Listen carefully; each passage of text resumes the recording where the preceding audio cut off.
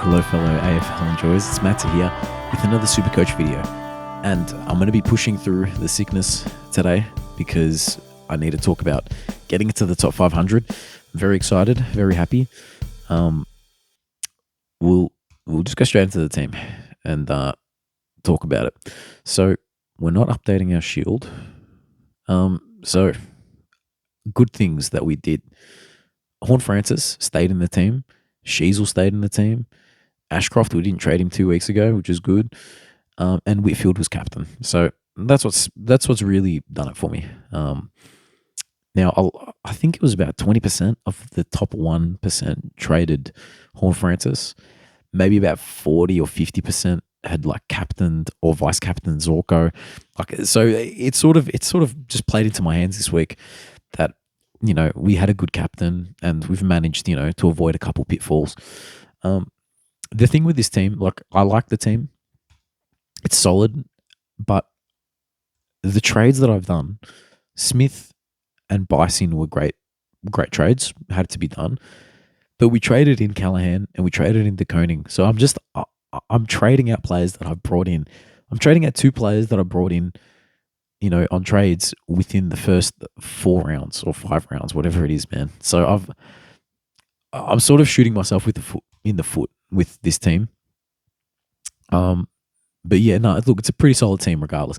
Don't have Murphy Reid and don't have Connor O'Sullivan. That's really annoying. But other than that, the cash gen shouldn't be too bad.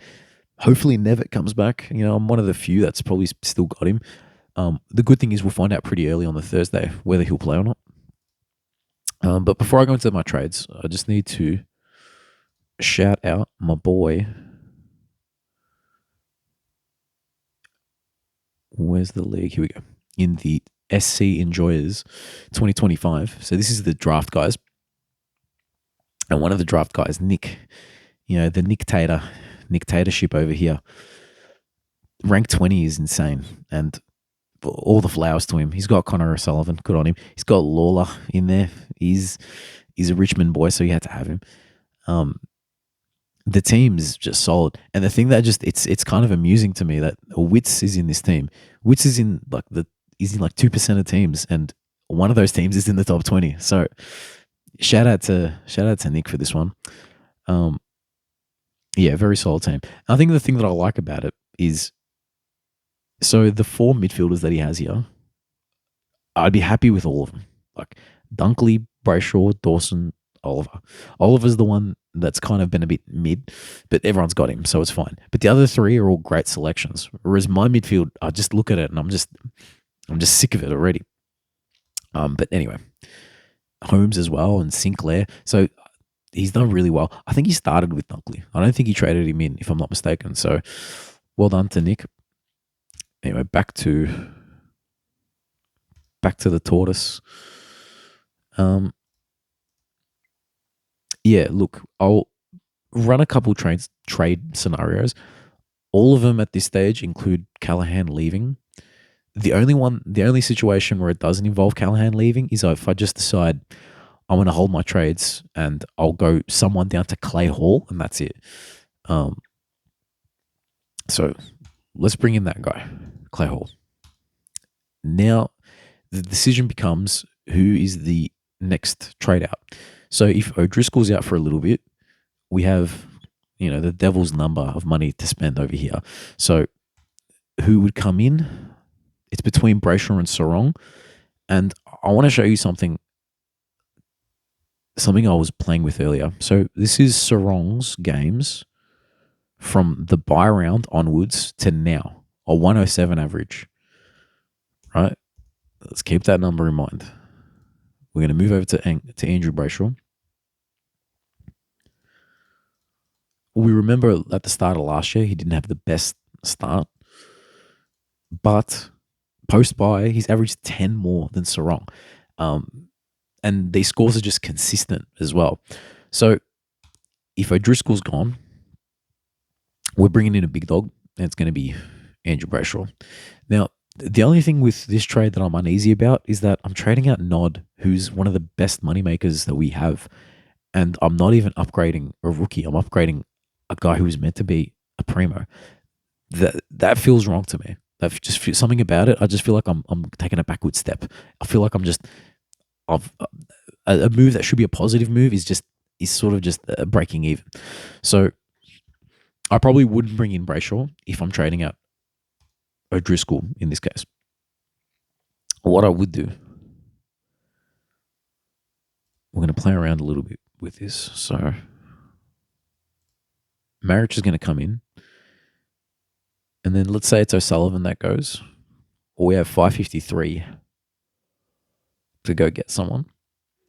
I can't get Dawson, who is someone I'd like at around the 550 mark, but someone we can bring, we'll go players I can afford, and I might even go a highest price, see if anyone's dropped. Nake's dropped, interesting. Newcomb is available. Excuse me. Port, Geelong, or West Coast. He's one of those spike scorers, you know. He's an interesting one, John Newcomb. What's the go with Hawks CBAs? This is last year. John Newcomb. Just consistent. That's what he does.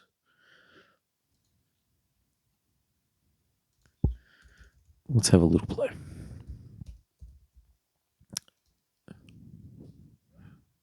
John Newcomb. Let's go post-buy. What did he do post-buy? We know he had some massive scores towards the end of the year. But for that, these games are post-buy. So 109. It's pretty good. It's pretty good. And he's a pod, which I don't mind. But he's the type of player he could just unravel your season just right then and there. A dude who's a little bit safer, I think. A halfback, Naz. And the benefit, so we'll just complete this trade for now.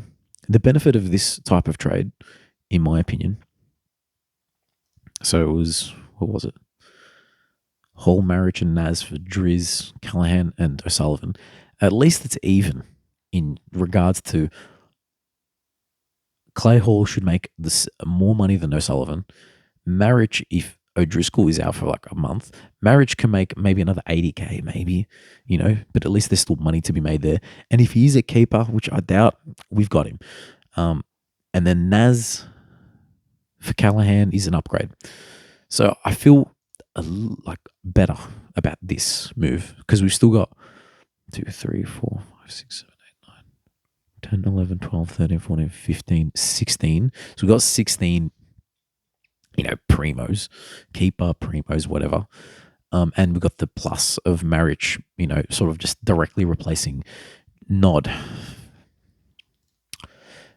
So there's that. But we're going to reverse those.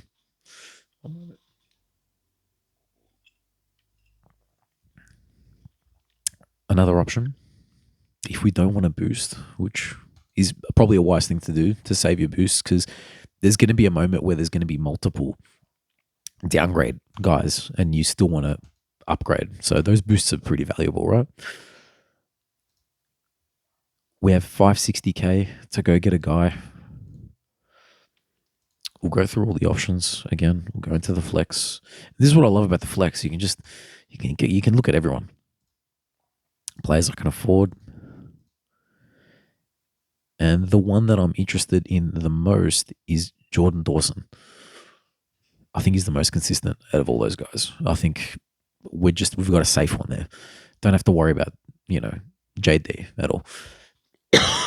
Excuse me. I should move away from the mic when I'm coughing. JD.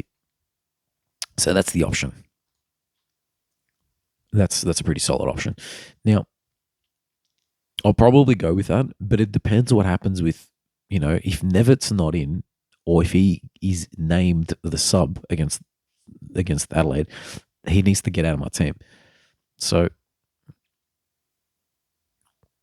let's fix those trades again. I'm going to trade out Dawson. I'm going to trade out Nevitt. We're going to bring back This is a bit of a weird way to do it. We're bringing back Finno. And now we have 5:30, which is Giant Newcomb territory, I think. Players I can afford.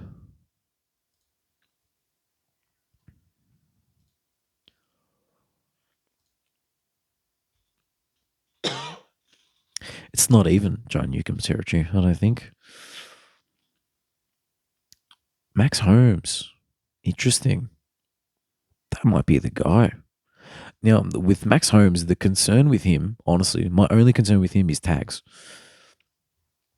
Because the two games that he got below 100 against the Saints and against Melbourne were both tags. Melbourne was a sparrow tag. Little birdie was hanging off him. And then the Windhager was hanging off him against the Saints. But he still got 91 and 72, which isn't too bad. Sorry, guys. Which isn't too bad. So, look, that might be the option there. So, if Nevitt's out, this is probably what we'll do. Let's hit the where's the old confirm? There we are.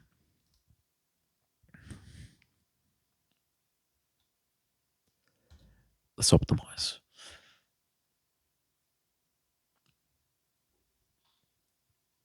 I think I would start Hall against Carlton. It's not the best, but I don't really want to start Marias against the Hawks.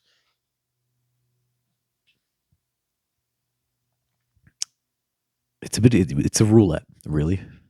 We don't know what's going to happen with O'Driscoll. I kind of want to start one of the Essendon boys because Geelong went crazy against the Melbourne.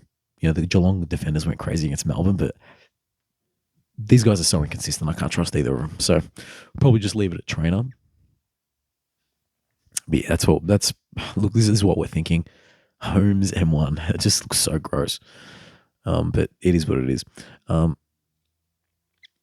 What else did I want to? Yeah, Draftland Detour, as we usually do. There we go. Let's have a look. No, not updating the Shield again. I had a mare. So Steele and Young still out. So I had 2 donuts. A Wagner, I brought him in for an 18. Sin 53. So I need defenders, right? And I brought in, the one that went well was Jack Henry, and then he got injured at like 40% time on ground. Let's see, what was his points per minute? 1.1. His points per minute was 1.1. He was killing it. He was doing so well. And against Melbourne, of course, like I was saying, that the Geelong defenders were just feasting on Van Rooyen and, all those dudes. So I thought I found one, and it just didn't work. I'm not going to release my waiver claims before the waivers go through. So the boys, I don't know. I'm not sure if I've already shown it. I might have accidentally done it, but yeah, it is what it is. Anyway, we lost to MA Lakers. We'll jump in. His team it almost got 1,600, which was crazy. So shout out to MA Lakers. His team is just solid, man. It's just solid everywhere. It's good. Tracy, my boy. Very solid team all around. He's going to lose Houston for 2 weeks. That's not really good for me now. But anyway, we'll have a look at the ladder. We'll have a look at the little. I don't know if you can hear the doorbell there, but someone else will get that. Let's have a look here. View ladder. I'm third with 2 losses, so 2 and 2. And Cheeky Dino, who's actually just arrived to the place, there's his team. Cheeky Dino, he's doing all right. He's doing this with that, Sicily, Trelaw. Who's the other one? Butters just got back, so he's got Butters. Yeah, shout out to him. But a bigger shout out is to the Hill Giants, Georgie's team. Georgie got a win. which is uncharacteristic for Georgian draft. So we got to give him his flowers. Shout out to you. I don't know why you have Jaeger O'Meara in your team. But no, otherwise, the forward line is somewhat functioning. He's got PC. PC's a gun. Shout out PC.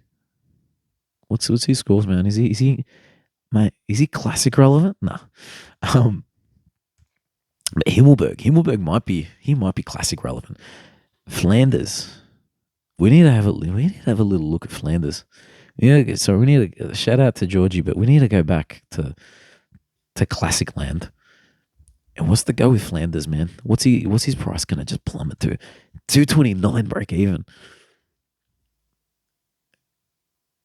Let's just say 115, because that's the type of dude he is. 576. That's juicy. It's quite juicy. So look, the trade targets. We'll do a little. Not that I should be doing this right now because I'm stuffed right now, but just a little side video. Targets. Gone. Because we're going to bring up Gorn.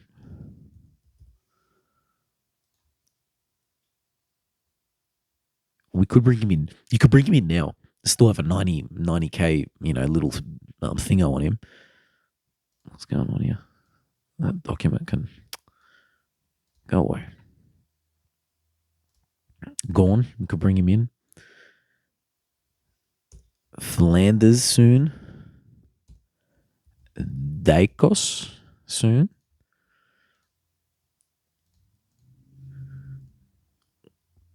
Dacos is the interesting one specifically, and not Josh, not of the Josh variety. But Dacos has a 130 break even and is about to verse Jimmy Jordan. So there's no way he's getting 130, but he might get 120, and then you have to get him the next week. That's a possibility. But if not, let's say he pops an 80, a 125, a 125. Oh, 540, 547. That's very nice. I think that's very realistic too, to be honest with you. 80 and 80, 125, 125. That is very realistic. So that's why I kind of want to keep Nod, because it gives me money to just put into the Dacos fund. But who knows? Maybe, look, I might do another video at the end of the week, just when we find out what's going on with all these players. But anyway, that's been longer than it needed to be. Thank you guys for watching. Hope you guys had a good week. See you on the next one. Bye-bye.